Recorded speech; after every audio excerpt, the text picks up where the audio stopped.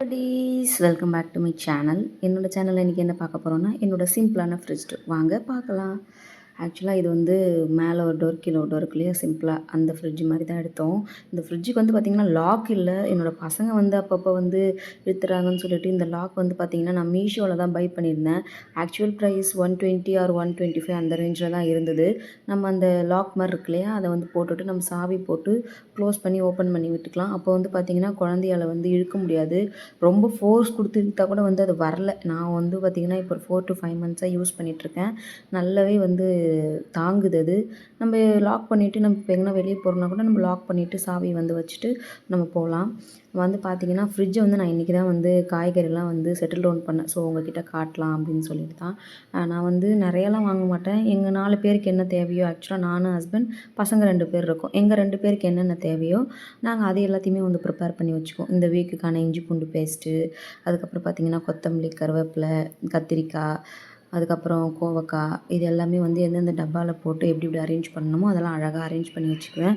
கவரில் கட்டி வச்சா வந்து கொஞ்ச நாள் தான் தாங்குற மாதிரி எனக்கு ஃபீல் ஆகுது.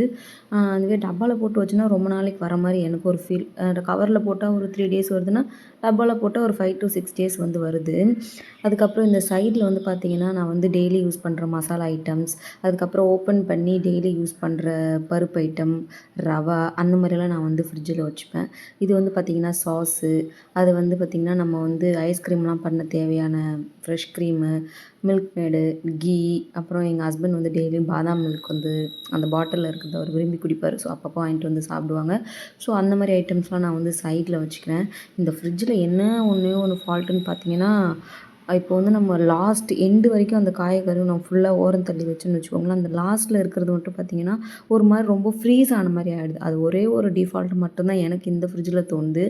நெக்ஸ்ட்டு நான் வந்து பார்த்திங்கன்னா பச்சை மிளகா ஆகட்டும், அதுக்கப்புறமேட்டு வந்து பார்த்திங்கன்னா முருங்கைக்காய், கருவேப்பிலை, கொத்தமல்லி, இது எல்லாமே நான் வந்து பார்த்திங்கன்னா டிஷ்யூ போட்டு தான் வைப்பேன். அப்படி வச்சோம்னா சீக்கிரம் தண்ணி இறங்காது, இன்னும் ரொம்ப நாள் வந்து நம்மளுக்கு தாக்கு பிடிக்கும்.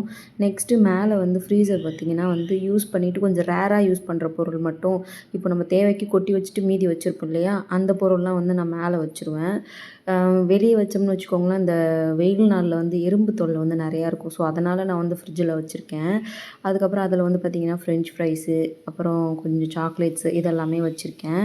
நீங்கள் உங்கள் ஃப்ரிட்ஜில் என்னென்னலாம் வந்து நீங்கள் ஆர்கனைஸ் பண்ணுவீங்க அப்படின்றத எனக்கு மறக்காமல் ஷேர் பண்ணுங்கள். உங்கள் வீட்டு ஃப்ரிட்ஜை நீங்கள் இப்படி தான் மெயின்டைன் பண்ணுவீங்களா? இல்லை இதில் எதனா டிப்ஸ் இருந்தாலும் எனக்கு மறக்காமல் ஷேர் பண்ணுங்கள். பாய் ஃப்ரெண்ட்ஸ், என்னோட பியூட்டிஃபுல்லான வீடியோவில் பார்ப்போம். பாய் பட்டீஸ், தேங்க்யூ ஃபார் வாட்சிங்.